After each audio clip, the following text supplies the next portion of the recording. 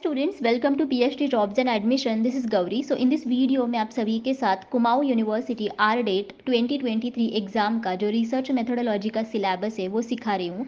And in today's session हम देखेंगे कि exactly thesis and article writing होता क्या है in research by using MCQs. So हम देखेंगे कि थीसिस एंड आर्टिकल को कैसे राइट किया जाता है in the research methodology subject by using MCQs. And ये दोनों भी पार्ट्स बहुत ही इंपॉर्टेंट है in research methodology subject, because इसके ऊपर आपको हमेशा काफ़ी सारे जो क्वेश्चंस है वो पूछे जाते हैं, बिकॉज ये बहुत ही मैंडेटरी कॉन्सेप्ट है एंड ये आप सभी स्टूडेंट्स को इस्तेमाल करना ही पड़ता है जब भी आप होल रिसर्च प्रोसेस को कंप्लीट करते हो। एंड दैट्स वाई इस वीडियो में मैंने वो सारे कॉन्सेप्ट्स कवर किए हैं relevant to thesis and article writing in research. That's why ये वीडियो जो है वो आप सभी कैंडिडेट्स को एंड तक देखना है ताकि आपके जो सारे कॉन्सेप्ट्स है relevant to thesis and article writing वो भी क्लियर हो जाएंगे। Students now let us begin with this session. So students, आप सभी को तो पता है कुमाऊं यूनिवर्सिटी आरडेट एग्ज़ाम अभी 23 जुलाई को है एंड इस एंट्रेंस एग्ज़ाम में आपके दो पेपर्स होते हैं। पेपर 1 ये रिसर्च मेथोडोलॉजी के लिए है जिसमें आपको 50% एमसीक्यूज पूछे जाते हैं and paper 2 is for concern subject जिसमें भी आपको 50% एमसीक्यूज पूछे जाते हैं। सो टू क्वालिफाई आरडेट एग्ज़ाम हम सभी यानी कि ग्लोबल ऑनलाइन टीम आप सभी को पेपर 1 एंड पेपर 2 दोनों के लिए भी स्टडी मटेरियल प्रोवाइड करते हैं। सो पेपर 1 के लिए हम सभी आपके लिए research methodology complete course provide करते हैं, जिस कोर्स की मदद से सारे candidates guaranteed Kumaon university RDET 2023 exam को क्वालिफाई कर ही देते हैं। सो इस कंप्लीट कोर्स में हम सभी कैंडिडेट्स को full syllabus video lectures provide करते हैं जिसमें थियरीज एंड एमसीक्यूज दोनों का भी समावेश है।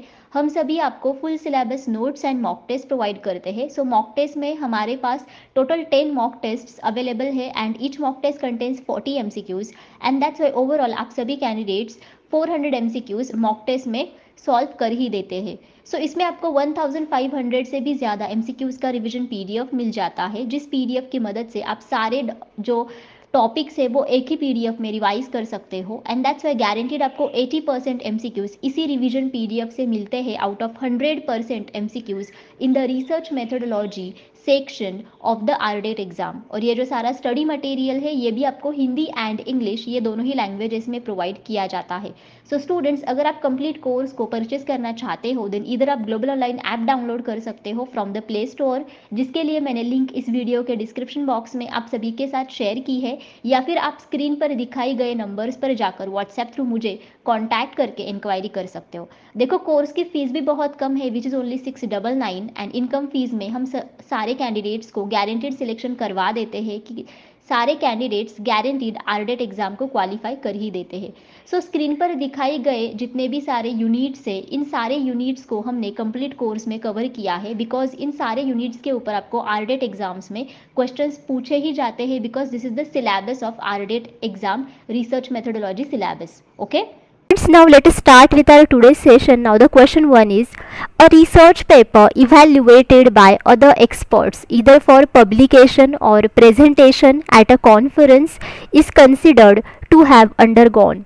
Okay, सो स्टूडेंट्स, अगर किसी अदर एक्सपर्ट ने हमारा रिसर्च पेपर इवैल्यूएट किया है ताकि हम उसको हम पब्लिश कर सके या फिर किसी भी पब्लिकेशन में हम उसको पब्लिश करने के लिए दे सके, या फिर अगर आपको उसको किसी भी कॉन्फ्रेंस में प्रेजेंट करना है, देन अगर किसी भी अदर एक्सपर्ट हमारे रिसर्च पेपर को इवैल्यूएट करता है देन उस चीज़ को बेसिकली क्या कहा जाता है? So whether it is called as peer review or public review or private review or research review. So students, the correct answer for this question is one, that is peer review.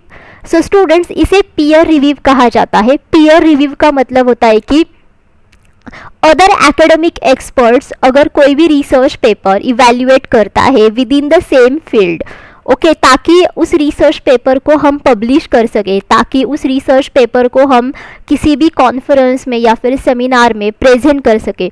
सो वो जो evaluation की procedure होती है जो कि other academic experts करते हैं इन the same field of study, उसे बेसिकली पीयर रिव्यूइंग कहा जाता है। ओके, एंड इसकी वजह से हम लोग रिसर्च पेपर की जो क्वालिटी होती है, उसकी जो एक्यूरेसी होती है, वैलिडिटी होती है, उसको जांच कर सकते हैं before it's publication or presentation at the conference. Okay, that's why the correct answer over here is 1. And जो लोग इसे रिव्यू करते हैं, मतलब जो एक्सपर्ट्स बेसिकली रिसर्च पेपर को रिव्यू करते हैं, उन्हें भी रिव्यूवी या फिर रेफरी ऐसा कहा जाता है. Okay, now next is the sources of data और the source of data in research in which an author has evaluated and summarized previous research is known as. So इनमें से कौन सा डेटा का सोर्स ऐसा है जिसमें ऑथर ने पहले से ही प्रीवियस रिसर्च को इवैल्यूएट किया है एंड एज वेल उसको समराइज करके रखा है. So whether it is primary source, whether it is secondary source, whether it is encyclopedias और whether it is bibliographies. So students, primary source ये एक फर्स्ट हैंड एविडेंस होता है और यू कैन से कि it's a first hand source और primary source. Okay, मतलब जहाँ पे वो डेटा कोई भी रिसर्चर या फिर एक्सपर्ट क्रिएट करता है, वहाँ से ही जब भी आप उसको कलेक्ट करते हो उसे प्राइमरी सोर्स ऑफ डेटा कहा जाता है. Okay, what is secondary source? Secondary source यानी कि जब भी आप प्राइमरी सोर्स एक किसी भी जगह पे इकट्ठा कर लेते हो, this is called as the secondary source. So the example of secondary source is bibliographies. देखो, बिब्लियोग्राफीज में काफ़ी सारे रेफरेंसेस की लिस्ट होती है, उसमें बुक्स की लिस्ट होती है जिनको आप रेफर करते हो. सो यानी कि इसमें सेकेंडरी सोर्स होता है. Secondary source includes the second hand information. जैसे कि अगर आप इंफॉर्मेशन किसी भी बुक्स में पढ़ते हो या फिर इंटरनेट पे पढ़ते हो, सो ये इंफॉर्मेशन बहुत सारे लोगों ने इकट्ठा करके वहाँ पे लिख दी होती है and that's why this is not a first hand information. So इसे सेकेंडरी सोर्स कहा जाता है. And the example of primary source यानी कि उसी टाइम पीरियड में अगर न्यूज़पेपर में कोई भी न्यूज़ छपती है, so this is called as primary source because उसी टाइम पीरियड में पहली बार वो न्यूज़ छप गई है बाय द फर्स्ट पर्सन और by the first user. All of you getting? And the remaining option is encyclopedias. So what is this encyclopedias? So encyclopedias ये एक टर्शरी सोर्स है. टर्शरी सोर्स का मतलब होता है कि जब भी आप प्राइमरी एंड सेकेंडरी सोर्सेस से लिया हुआ डेटा किसी भी एक ही जगह पे इकट्ठा करके रखते हो, so it forms the tertiary source. Okay, so यहाँ पे बेसिकली आपको काफ़ी सारी एक्सटेंडेड इंफॉर्मेशन मिलती है अबाउट द स्पेसिफिक टॉपिक या फिर about the specific time period या फिर about the person in the form of entries arranged in alphabetical order.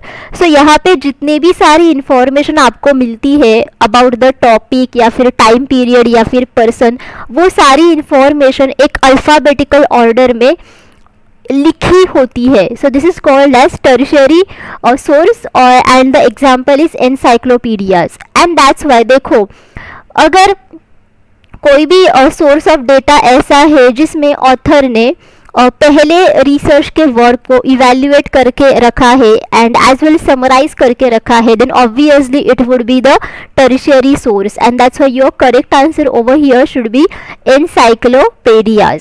तो स्टूडेंट्स, अपार्ट फ्रॉम दिस हम सारे कैंडिडेट्स के लिए कुमाऊं यूनिवर्सिटी आरडेट 2023 पेपर 2 का स्टडी मटेरियल भी प्रोवाइड करते हैं.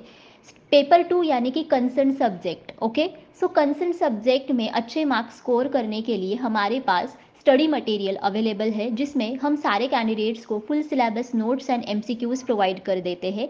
सो एमसीक्यूज़ सेक्शन में सारे कैंडिडेट्स को most expected MCQs and PYQs provide किए जाते हैं जिनकी मदद से गारंटीड सारे कैंडिडेट्स पेपर 2 में अच्छे मार्क्स स्कोर करके आरडेट एग्जाम को क्वालिफाई कर ही देते हैं.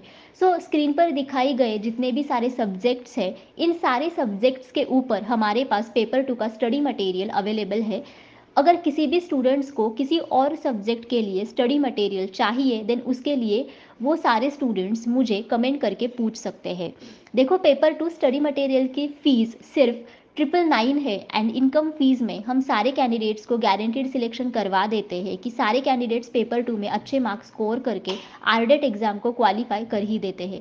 सो टू ज्वाइन पेपर 1 एंड पेपर 2 कोर्सेज आप स्क्रीन पर दिखाई गए कौन से भी नंबर्स पर जाकर व्हाट्सएप थ्रू ओनली मुझे कॉन्टैक्ट कर सकते हैं एंड इंक्वायरी कर सकते हैं।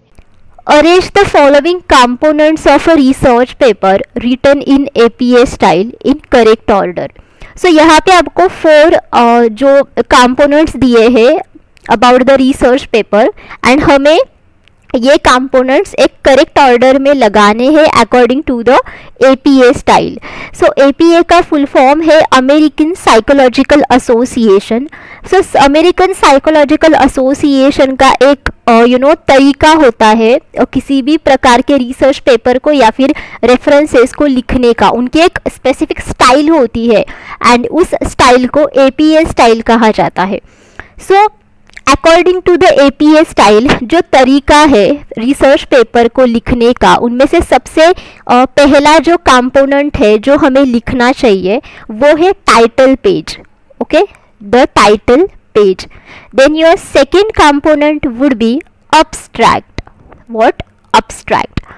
देन जो थर्ड है वो है इंट्रोडक्शन। इंट्रोडक्शन। फोर्थ है मेथड यानी कि data collection methods. Then fifth one is results. So जो ऊपर का मेथड्स है इसमें डेटा एनालिटिकल मेथड्स भी आते हैं। Okay, now sixth one is discussion, so the discussion part. The seventh one is references. References. The eighth one is tables and the ninth one is figures. Okay, so tables and figures होने के जो chances है वो research topic के ऊपर होते हैं। मतलब कई रिसर्च टॉपिक में काफ़ी सारे टेबल्स आपको यूज़ करने पड़ते हैं एंड एज वेल फिगर्स भी यूज़ करने पड़ते हैं। फिगर्स यानी कि डायग्राम्स। ओके, और you can say graphical representation of the data. So according to this correct order you can say that your correct answer to this question should be 1 because यहाँ पे सबसे पहले आएगा abstract। ओके, देन उसके बाद में आएगा रेफरेंसेस। देखो रेफरेंसेस। देन उसके बाद में आएगा tables and the last one is figures. बाकी के बीच वाले ऑप्शंस यहाँ पे मेंशन नहीं किए हैं। Next is which of the following are examples of parenthetical citations. Now इनमें से कौन से पैरेंथेटिकल साइटेशंस के एग्जाम्पल्स है? सो स्टूडेंट्स, साइटेशंस का मतलब होता है कि your referencing style and parenthetical ये एक रेफरेंसिंग स्टाइल है और ये एक रेफरेंसेस लिखने का तरीका है एंड यहाँ पे आप जो क्रेडिट देते हो वो आप पैरेंथेसिस को क्रेडिट देते हो। ओके, और आप यहाँ पे पैराफ्रेजेस को क्रेडिट देते हो। मतलब अगर कोई भी पैराफ्रेज आपने लिखा है एंड एंड उस पैराफ्रेज को अगर आपने कहाँ से भी रेफर किया है देन उस पैराफ्रेज को अगर आपको क्रेडिट देना है या फिर उस पैराफ्रेज के रेफरेंस को आपको लिखना है। So this is called as parenthetical citations.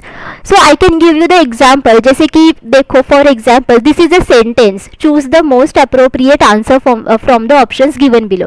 सो ये सेंटेंस मैंने कहीं और जगह से कॉपी किया है एंड यहाँ पे पेस्ट किया है, यानी कि मैंने कई और सोर्स का इस्तेमाल किया है, उसको रेफर किया है एंड उसको रेफर करने के बाद मैंने ये सेंटेंस वहाँ से कॉपी करके यहाँ पे पेस्ट किया है। सो इस पर्टिकुलर पैराफ्रेज को या फिर सेंटेंस को अगर मुझे नाम देना है रेफरेंस का, मतलब उस पर्टिकुलर रेफरेंस को अगर मुझे यहाँ पे क्रेडिट देना है देन इसके बाद मैं उसका नाम लिखूंगी, मतलब उस सोर्स का मैं नाम लिखूंगी जहाँ से मैंने ये पैराफ्रेज लिया है। सो इसे कहा जाता है parenthetical citation. All of you getting? Okay, and इसमें मोस्टली ऑथर का नाम लिखा हुआ होता है as well publication date and page number, ये तीन ही चीज़ें यहाँ पे होती है। Okay, all of you understood? And इनमें से जो APA स्टाइल है, देन हार्वर्ड स्टाइल है, देन शिकागो स्टाइल है एंड MLA स्टाइल है, ये चार ऐसे साइटेशंस है जो पैरेंथेटिकल साइटेशंस है and that's why your correct answer should be 1 over here. So let us see one by one all of these parenthetical styles. So इनमें से सबसे पहला है APA style. Okay, so according to the APA style आप इसे author date citation कह सकते हो, बिकॉज इसमें आप ऑथर्स का लास्ट नेम एंड उसका पब्लिकेशन डेट लिखते हो. मतलब उस पर्टिकुलर टेक्स्ट का या फिर आर्टिकल का या फिर जर्नल का आप क्या करते हो, पब्लिकेशन डेट लिखते हो after the name of the author's last name. Then next is Harvard referencing style. इसमें आप सिर्फ ऑथर का नेम लिखते हो, you write only the name of the author. Then next is Chicago.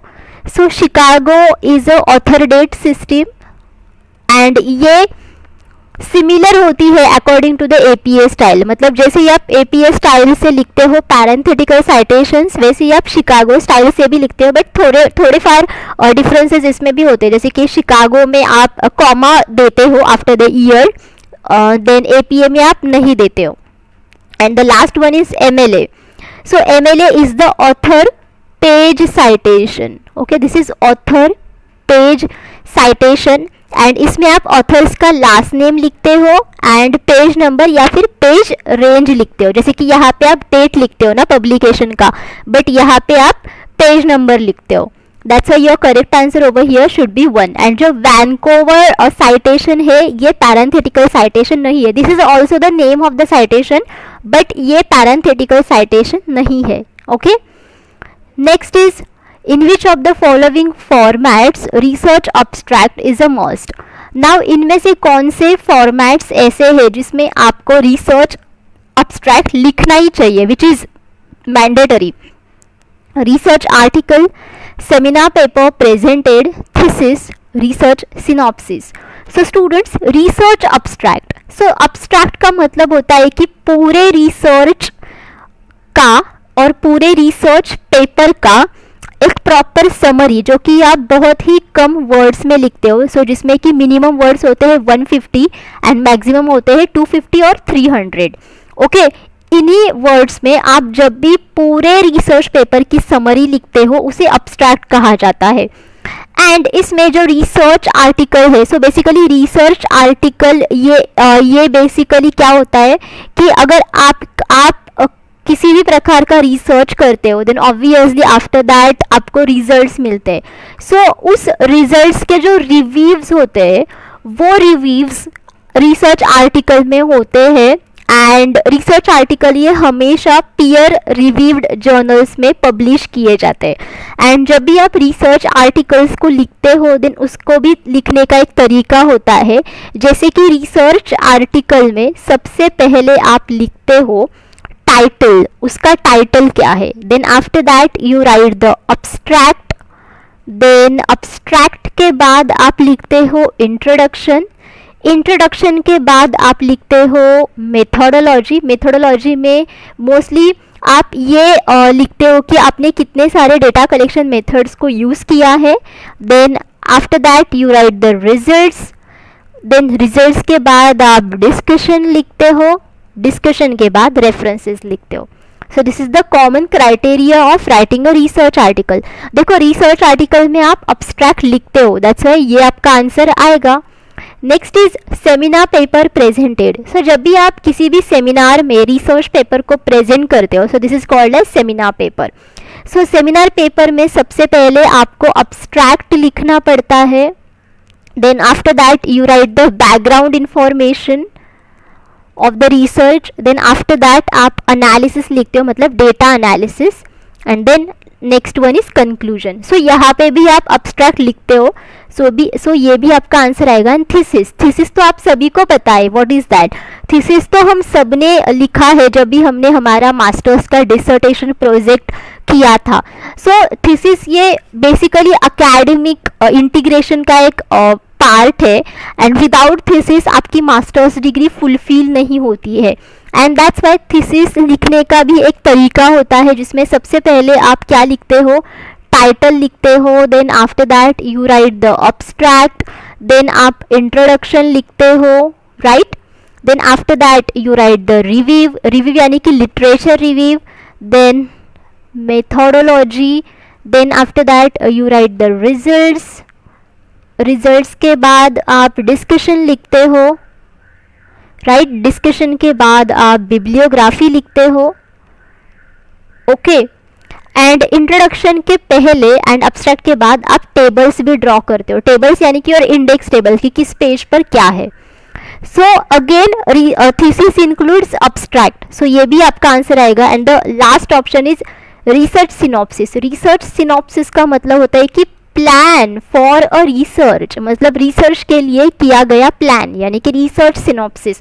And that's why research synopsis में research problem को लिखा जाता है, देन आफ्टर दैट उसमें ऑब्जेक्टिव्स को लिखा जाता है, देन आफ्टर दैट उसमें हाइपोथेसिस को लिखा जाता है, देन प्रोसीजर मतलब किन किन प्रोसीजर्स का आप इस्तेमाल करोगे, then research design, then sample to be selected मतलब किस प्रकार का सैंपल आप सिलेक्ट करोगे, देन आफ्टर दैट टूल्स यानी कि data collection tools, then analysis and interpretation of data, okay, interpretation of data and उसके पहले analysis, okay. That's why here देखो आप अब्स्ट्रैक्ट नहीं लिखते हो सिनॉप्सिस में, एंड दैट्स वाई ये आपका आंसर नहीं आएगा. So your correct answer should be 3, 1, 2 and 3. What is the full form of MLA as a referencing style? So हमने इसी वीडियो में देखा था पिछले क्वेश्चन में अबाउट MLA कि ये एक रेफरेंसिंग स्टाइल है, एंड इसका फुल फॉर्म यहाँ पे आपको पूछा है. Weather it is machine language adaptation, weather it is modern language association, whether it is management language authority, whether it is mainstream language association. So students MLA का जो full form है वो है modern language association, and MLA ये 2 parts में लिखा जाता है. उनमें से सबसे पहला है इन टेक्स्ट साइटेशन, यानी कि जब भी आप टेक्स्ट लिखते हो देन उसमें जो टेक्स्ट के जो रेफरेंसेस होते हैं, ओके, वो आप टेक्स्ट के बाद लिखते हो. So this is called as in text citation, जिसमें आप बेसिकली क्या लिखते हो, जिसमें आप ऑथर का नाम लिखते हो यानी कि ऑथर का last name, and then after that page number लिखते हो या फिर पेज रेंज लिखते हो, okay. And the second part of this is works cited, okay. Works cited का मतलब है कि पूरे रेफरेंसेस की जो लिस्ट होती है दैट इज एक्चुअली जो कि सबसे एंड में होती है after the research result section, okay. So this is work cited. So ये 2 पार्ट्स होते हैं मॉडर्न लैंग्वेज एसोसिएशन के. When 2 or more successive footnotes refer to the same work, which one of the following is used? Okay, जब भी 2 या फिर उससे भी ज़्यादा सक्सेसिव फुटनोट्स एक ही वर्क को रेफर करते हैं, देन उसके लिए आप इनमें से कौन सा शॉर्ट फॉर्म यूज़ करोगे. वेदर यू विल यूज़ आईबिड या फिर AL या फिर ऑप सीट या फिर लोक सीट. सो स्टूडेंट्स जब भी आप फुटनोट्स लिखते हो, फुटनोट्स का मतलब होता है कि यू नो जब भी आपका पूरा रिसर्च पेपर लिख के होता है, देन रिजल्ट्स के बाद जब भी आप रेफरेंसेस की लिस्ट लिखते हो, देन उसमें काफ़ी सारे ऐसे शॉर्ट फॉर्म्स इस्तेमाल किए जाते हैं, एंड उन्हें एंड बेसिकली ये सारे शॉर्ट फॉर्म्स फुटनोट्स में इस्तेमाल किए जाते हैं, ओके. एंड सो ये सारे शॉर्ट फॉर्म्स है, ओके. एंड जब भी 2 या फिर उससे भी ज़्यादा सक्सेसिव फुटनोट्स को आपको लिखना है, एंड ये फुटनोट्स बेसिकली अगर एक ही वर्क को रेफर करते हैं, देन उनको लिखने के लिए एक शॉर्ट फॉर्म इस्तेमाल किया जाता है. So what is that? So this short form is called as ibid, okay. So ibid का मतलब है कि आईबिडेम यानी कि in the same place, in the same place, okay. So students अगर पहले फुटनोट में आपने एक वर्क को रेफर किया है, एंड उसी फुटनोट को अगर आपको आगे के फुटनोट में रेफर करना है, देन आप क्या लिखोगे? Ibid in the same place, because successive footnotes वो भी 2 या फिर उससे भी ज़्यादा एक ही वर्क को रेफर कर रहे हैं. All of you getting? And that's why ये पूरा सेंटेंस लिखने की बजाय आप आई बिड लिखोगे, जिसका मतलब है इन द सेम प्लेस। मतलब इन द सेम प्लेस को लिखने की बजाय आप क्या लिखोगे, ibid. Okay, what is L? L का मतलब है एंड अदर्स। जब भी आपको दो से भी ज्यादा ऑथर्स का नाम लिखना है, देन इन दैट सिचुएशन आप सारे ऑथर्स के नाम नहीं लिखते हो, आप सिर्फ एक ही ऑथर का नाम लिखते हो, and after that you write al and others. All of you getting? What is opposite? Opposite का मतलब क्या है? ऑपोजिट का मतलब होता है in the work cited. Okay, in the work cited. जब भी आपको फुल टाइटल ऑफ वर्क को बार बार रिपीट करना होता है, देन उसके टाइटल को बार बार रिपीट करने की बजाय आप वहां पे लिखते हो opposite. Okay, for example bibliography में एक साइटेशन आपने लिखा है, ओके, एंड उस साइटेशन का फुल नाम आपको रीडर को रेफर करना है। ओके, देन उसके लिए आप मेंशन करोगे opposite in the work cited, okay, instead of writing the title of the cited work. Okay, now what is log seat? So it is used to repeat title and page number for given work. Okay, जैसे कि op seat में अगर title repeated होता है in the same work, okay, and अगर आपको उस title को रीडर को रेफर करना है, देन उसके लिए जैसे कि आप ऑप सीट मेंशन करते हो, वैसे ही आप लोग सीट मेंशन करते हो उसी समय। बट यहाँ पे एक ही डिफरेंस है कि इसमें आप पेज नंबर को भी रेफर करते हो, बट ऑप सीट में आप सिर्फ टाइटल के लिए रेफरेंसेस देते हो, बट लोग सीट में आप पेज नंबर को भी रेफर करते हो along with the title of the cited work. Okay, that's why here in this case your correct answer should be 1, in the same place. So आपको ये सारे शॉर्ट फॉर्म्स एंड उसके meanings याद रखने हैं, एंड कब किस समय आपको ये शॉर्ट फॉर्म्स इस्तेमाल करने हैं वो भी आपको याद रखना है।